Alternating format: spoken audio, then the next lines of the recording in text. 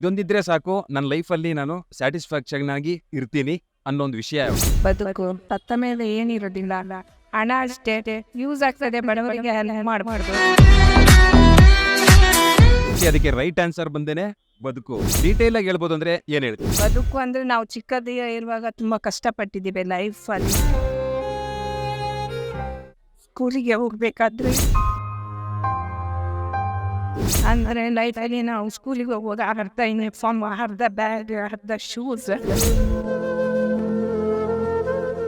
Actually ಫ್ರೆಂಡ್ಸೇ ಬರೋದು last ಮೂಮೆಂಟಲ್ಲಿ, ಹೆಲ್ಪಿಗೆ ಫ್ರೆಂಡ್ಸೇ ಬರ್ತಾರೆ.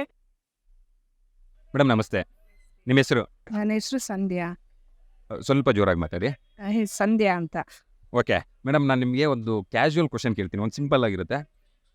ಇದೊಂದಿದ್ರೆ ಸಾಕು ನನ್ನ ಲೈಫಲ್ಲಿ ನಾನು ಸ್ಯಾಟಿಸ್ಫ್ಯಾಕ್ಷನ್ ಆಗಿ ಇರ್ತೀನಿ ಅನ್ನೋ ಒಂದು ವಿಷಯ ಯಾವುದು? ಬದುಕು. ಓಕೆ, ಬದುಕು. ಓಕೆ, ಬದುಕು ಏಕೆ?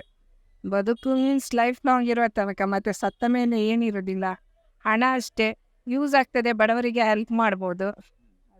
ಇನ್ನೊಂದು ವಿಷಯ ಇಲ್ಲ, ನಾನು ತುಂಬ ಜನನ ಈಗ ಬೈಟ್ಸ್ ತೊಗೊಂಡೆ, ಅದರಲ್ಲಿ ಎಲ್ಲ ದುಡ್ಡು ಮತ್ತು ನೆಮ್ಮದಿ ಈ ಥರ ಎಲ್ಲ ಹೇಳಿದ್ರು. ಆ್ಯಕ್ಚುಲಿ ಅದಕ್ಕೆ ರೈಟ್ ಆನ್ಸರ್ ಬಂದೇನೆ ಬದುಕು.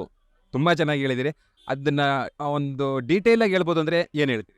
ಬದುಕು ಅಂದರೆ ನಾವು ಚಿಕ್ಕದಿಯ ಇರುವಾಗ ತುಂಬ ಕಷ್ಟಪಟ್ಟಿದ್ದೀವಿ ಲೈಫಲ್ಲಿ. ನಾವು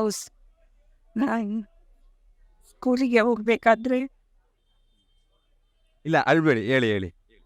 ಸ್ಕೂಲಿಗೆ ಹೋಗ್ಬೇಕಾದ್ರೆ ನಮ್ಮಪ್ಪ ಸಾಲ ಮಾಡಿ ನಮ್ಮನ್ನು ಕಲಿಸಿದ್ದು. ನಂದು ಮಂಗಳೂರು ಊರು, ಆ್ಯಕ್ಚುಲಿ ಪುತ್ತೂರು. ಇಲ್ಲಿ ಮ್ಯಾರಿಡ್ ಆಗಿ ಬಂದದ್ದು. ಅಂದರೆ ನಾವು ಇಲ್ಲಿ ಬಂದು ಎಷ್ಟು ವರ್ಷ ಆಯ್ತಮ್ಮ? 25 years ಆಯಿತು ಮ್ಯಾರೇಜ್ ಆಗಿ. ಸರಿ ಹೇಳಿ. ಅಂದರೆ ಲೈಫಲ್ಲಿ ನಾವು ಸ್ಕೂಲಿಗೆ ಹೋಗುವಾಗ ಅರ್ಧ ಯೂನಿಫಾರ್ಮ್, ಅರ್ಧ ಬ್ಯಾಗ್, ಅರ್ಧ ಶೂಸ್.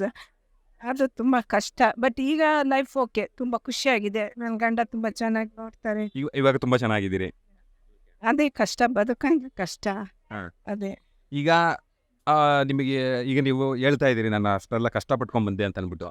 ಈಗಿನ ಹುಡುಗರು ಮತ್ತು ಸ್ಟೂಡೆಂಟ್ ಲೈಫೆಲ್ಲ ಬಂದ್ಬಿಟ್ಟು ಅವ್ರು ಏನು ಮಾಡ್ತಾರೆ, ನಮ್ಮ ಕೈಯಲ್ಲಿ ಆಗ್ತಾ ಇಲ್ಲ, ನಾವು ನೆಮ್ಮದಿನೂ ಇಲ್ಲ, ಏನೂ ಸಿಗ್ತಾ ಇಲ್ಲ ಅಂತ ಅಂದ್ಬಿಟ್ಟು ಸೂಸೈಡ್ಗೋ ಇನ್ನೊಂದೇನೋ ಮತ್ತೊಂದು ಮಾಡ್ಕೋತಾರೆ.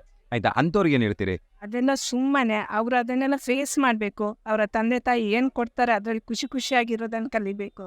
ನನ್ನ ಮಗನಿಗೆ ಹೇಳೋದು ಅಷ್ಟೇ, ಇರೋದ್ರಲ್ಲಿ ಅಂದರೆ ಅವನು ಎಕ್ಸ್ಪೆಕ್ಟ್ ಮಾಡೋದಿಲ್ಲ ನನಗೆ ಅದೇ ಬೇಕು ಇದೇ ಬೇಕು ಅಂತ.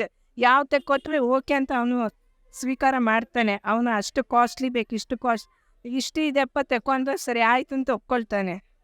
ಯಾರು ನಿಮ್ಮ ಮಗ? ನಿಮ್ಮ ಮಗನ ಹೆಸರು? ಸುಶ್ರುತ್ ಅಂತ. ಸುಶ್ರುತ್ ಅಂತ. ಸೂಪರ್ ಮೇಡಮ್, ನೀವು ಎಲ್ಲದರಲ್ಲೂ ನಿಜವಾಗ್ಲೂ ಅನುಭವಿಸ್ತಿರೋ ಅಂತ ನೋಡಿದ್ರೇ ಗೊತ್ತಾಗುತ್ತೆ ನೀವು, ನಿಮ್ಮ ಮಾತಿನ ಶೈಲಿ. ಮತ್ತು ನಿಮಗೆ ಈಗ ಅಕಸ್ಮಾತಾಗಿ ಏನಾದರೂ ಒಂದು ತೊಂದರೆ ಆಗೋಯ್ತು, ನೀವು ಈಗ ಬದುಕು ಅಂತ ಹೇಳಿದಿರಿ, ಅದಕ್ಕೋಸ್ಕರ ನಾನು ಹೇಳ್ತಾ ಇದ್ದೀನಿ.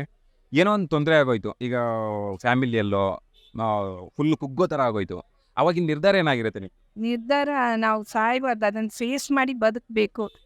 ಹೆಲ್ಪ್ ಯಾರ ಹತ್ರ ಕೇಳ್ಬೋದು, ಯಾರು ಹೆಲ್ಪ್ ಮಾಡ್ತಾರೆ ಅವರನ್ನು ಮಾತ್ರ ಕೇಳಬೇಕು. ಇನ್ನೊಬ್ರ ಹತ್ರ ಹೆಲ್ಪ್ ಮಾಡೋದವ್ರ ಹತ್ರ ಕೇಳಲಿಕ್ಕೆ ಹೋಗ್ಬಾರ್ದು. ನಮ್ಮ ರಿಲೇಷನ್ಸ್ ಒಬ್ರೊಬ್ರು ಮಾಡ್ತಾರೆ. ಆ್ಯಕ್ಚುಲಿ ಫ್ರೆಂಡ್ಸೇ ಬರೋದು ಲಾಸ್ಟ್ ಮೂಮೆಂಟಲ್ಲಿ, ಹೆಲ್ಪಿಗೆ ಫ್ರೆಂಡ್ಸೇ ಬರ್ತಾರೆ. ರಿಲೇಷನ್ಸ್ ಅವ್ರು ಕಮ್ಮಿ. ಆಸ್ಪತ್ರೆಯಲ್ಲಿ ಇದ್ದಾಗ ನೋಡಲಿಕ್ಕೆ ಆ್ಯಪಲ್ ತೊಗೊಂಡು ಬರ್ತಾರೆ ಅಷ್ಟೇ. ಅಷ್ಟೇ. ತುಂಬ ಚೆನ್ನಾಗಿ ಮಾತಾಡಿದ್ರಿ. Thank you so much madam.